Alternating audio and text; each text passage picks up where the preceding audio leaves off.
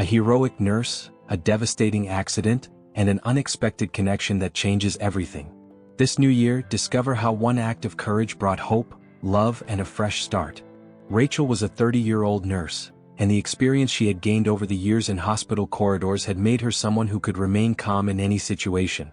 But that day, the event she experienced would prove to be a challenge even her professional knowledge might struggle to overcome.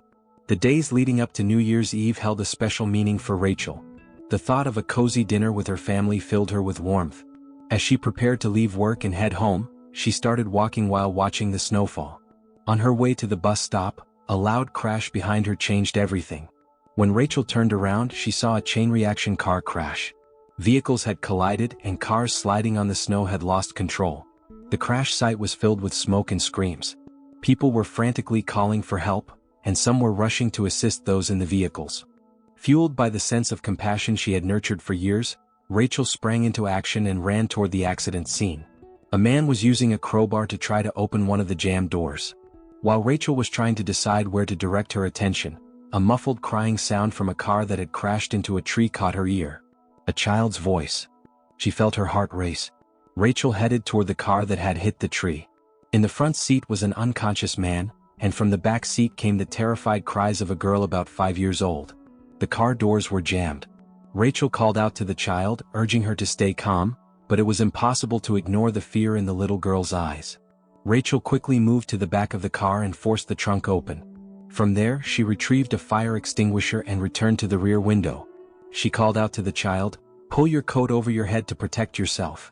The girl struggled to understand the instructions, so Rachel removed her own coat to demonstrate what to do. The girl, encouraged by Rachel's bravery, calmed down and followed her lead.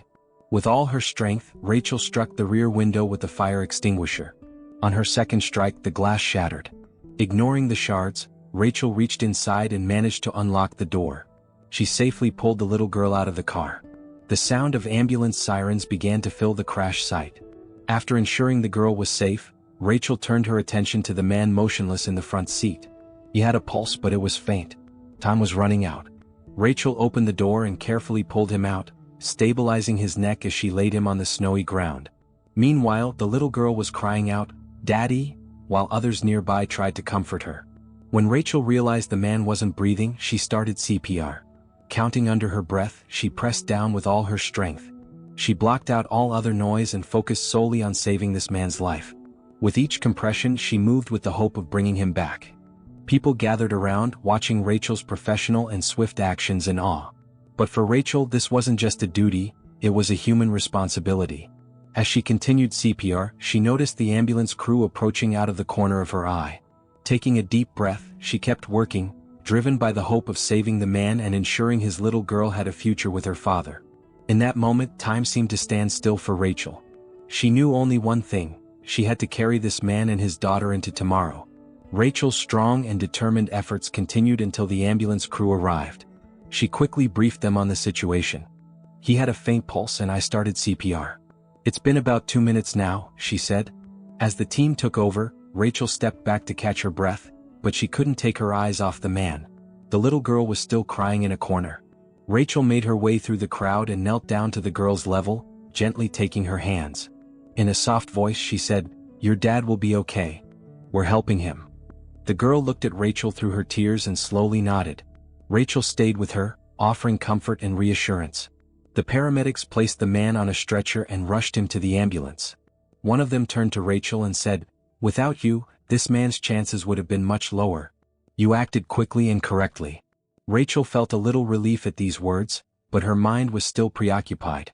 She couldn't bear the thought of leaving the little girl alone. Turning to the paramedics, she said, "If there's no one to stay with this child, I can come with you to the hospital." After getting their approval, Rachel climbed into the ambulance with the girl. Throughout the ride, she held the girl's hand, smiled at her with kindness, and spoke softly to keep her calm. When they arrived at the hospital, the girl was checked and found to have no serious injuries. Her father was taken to the emergency room for immediate treatment. Rachel seated the girl in the waiting area and got her a cup of hot chocolate. As the new year approached, Rachel once again felt how fragile life could be. The little girl quietly stared at Rachel before finally saying, "Thank you." Those 2 words erased all of Rachel's exhaustion. A nurse approached Rachel and said, He seems more stable now, but he'll remain under observation for a while. Rachel let out a deep breath, feeling a sense of relief. Turning to the little girl, she said, "See? Your dad is strong and there are people helping him." The little girl hugged Rachel, warming her heart. In that moment, Rachel realized nursing wasn't just a profession. Healing, supporting, and giving people hope were what made her life meaningful. Not wanting to leave the little girl alone, Rachel suddenly thought of her mother. Amid the chaos, time seemed to have slipped away. She quickly pulled out her phone, only to find the battery had died. Rachel went to the front desk and asked if she could use the phone to call her family. When she explained the situation to her mother, her mom asked, "Will you be able to make it home?" Rachel, in a heartfelt tone, replied, "This isn't my hospital, but there are a lot of injured people from the accident. I need to stay and help." Enjoying Rachel's inspiring story? Like and subscribe for more heartfelt tales. The little girl was doing well, but Rachel still didn't want to leave her alone. She asked the front desk for the emergency contacts of the girl and her father. When she called the number she was given, the person who answered was the girl's uncle. Rachel briefly explained what had happened and shared the hospital's name. The uncle, Michael, assured her he would head over immediately. While waiting for Michael, Rachel stayed with the little girl, keeping her company. The hospital was like a scene of organized chaos, with injured patients, doctors, and nurses moving frantically. When Michael arrived, the little girl ran to him and hugged him tightly, asking, "My dad's going to be okay, right?" Michael gently stroked her head, trying to comfort her. Then he turned to Rachel, extended his hand and said, "I'm Michael. Thank you. From what I've been told, you saved my brother's life." Rachel smiled kindly and said, "He's strong. He'll fight to live. This is my job and my duty." "You're welcome."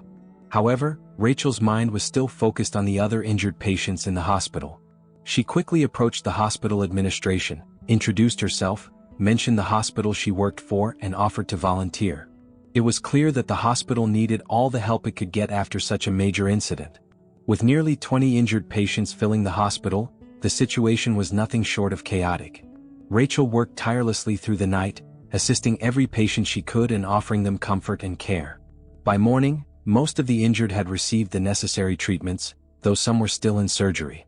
Rachel silently prayed for those whose conditions were critical.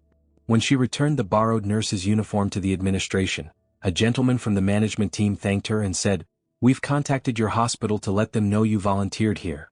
You're officially off duty today. Thank you so much for your service." As Rachel headed toward the hospital exit, tired but at peace, she felt a sense of relief. Despite the exhaustion, the joy and fulfillment of having saved a life offered her a small but meaningful solace. Rachel was just about to step out the door when she heard a voice behind her. "Nurse, could I have a moment?" She paused and turned around.